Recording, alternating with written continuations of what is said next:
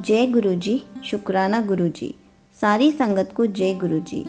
आज मैं आप सबको बताऊंगी क्या हम गुरुजी को लहसुन और प्याज से बनी हुई सब्जी का भोग लगा सकते हैं।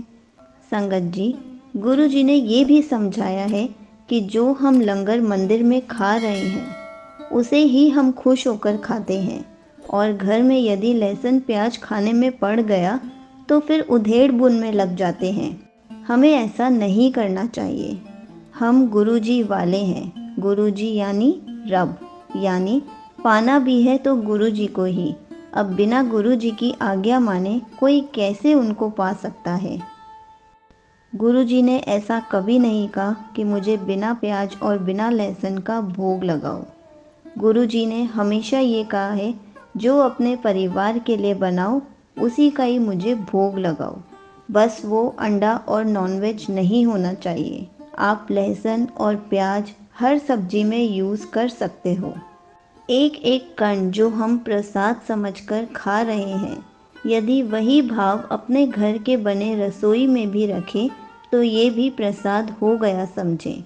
गुरुजी हमारे भाव को ब्लेस करते हैं।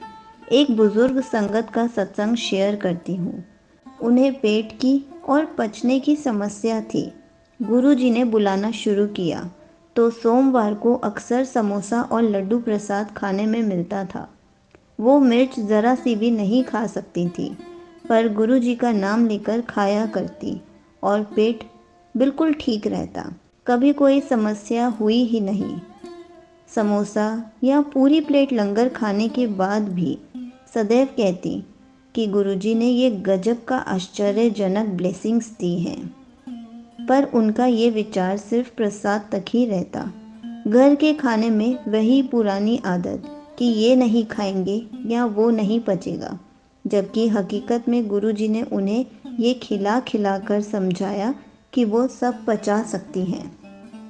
इतना ही नहीं, कभी कभी गुरुजी के लंगर की मात्रा देखकर उनके घर वाले सोच में पड़ जाते थे कि कैसे ख़त्म कर पाएंगी वो, पर ख़त्म करती और कभी कोई पेट की समस्या हुई ही नहीं।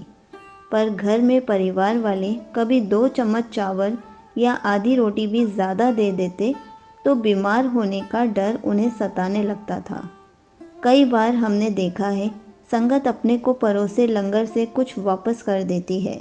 उनकी सभी बीमारियों का कहने को तो भी सभी लंगर को दवाई या प्रसाद कहते हैं, पर वो खुद से सवाल करें कि जब डॉक्टर कोई दवा लिखता है, क्या हम कहकर उसका डोज कम या ज़्यादा करा सकते हैं? नहीं करा सकते। तो संसार के मालिक जो डॉक्टरों की डॉक्टरी भुला देते हैं, जब अपना इलाज करते हैं, उनकी दवाई के डोज को हम कम ज़्यादा कैसे कर लेते हैं। हमें नहीं पता कि अपने अंदर हम कौन सी बीमारी को लेकर घूम रहे हैं। गुरुजी को पता है, तो हम उन्हें इलाज करने दें। दवाई सही नहीं मिली तो बीमारी भी लंबी चल सकती है। ये सब कुछ भी प्रभावी नहीं है यदि हम भाव शुद्ध नहीं रखते तो। गुरुजी से जुड़ने के बाद जब हम हर पल उन्हीं का सिमरन करते हैं तो हमारे साथ होने वाले सभी चीज़ों में गुरुजी हैं। हमारी सुबह से लेकर सोने या सोने के बाद की एक्टिविटी गुरुजी के साथ ही चलती है।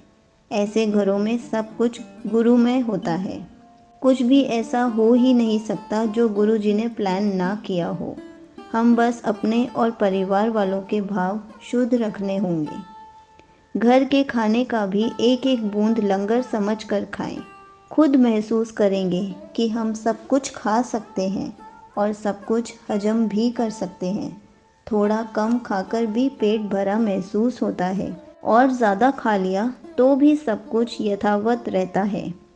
हम महाशिव की लीला में हैं, ये भूल जाते हैं बार बार, और कहीं तो प्रसाद और कहीं कुछ और मनाने की गलती कर जाते हैं। जब हम गुरु जी के हो गए तो हमारे द्वारा होने वाले हर काम भी गुरु का ही होगा। हम कर्ता भाव से मुक्त होकर आनंद में जीवन गुजार सकते हैं। पर हम अभी मैं ये नहीं खाती या वो नहीं पसंद करती या वो खाने की इच्छा है जैसी चीज़ों में ही रह जाते हैं। जो भी आया सामने वही लंगर है, गुरु जी का भेजा हुआ है, उसी को प्रेम से हम खाएं। और चमत्कार तो गुरु जी दिखाते ही रहते हैं, हम धैर्य रखकर चलते चलें। इसलिए कभी भी आप घर में गुरु जी को भोग लगाना चाहते हैं तो किसी भी वहम में ना पड़ें। आप अदरक, लहसुन, प्याज कुछ भी डाल सकते हैं, हरी मिर्च भी डाल सकते हैं। आपको बस अंडा और नॉनवेज यूज़ नहीं करना है। आप किसी भी वहम में ना पड़ें। गुरु जी को देसी खाना बहुत पसंद था। देसी खाने में अदरक, लहसुन, प्याज, मिर्च सब डलता है। जय गुरु जी, शुक्राना गुरु जी।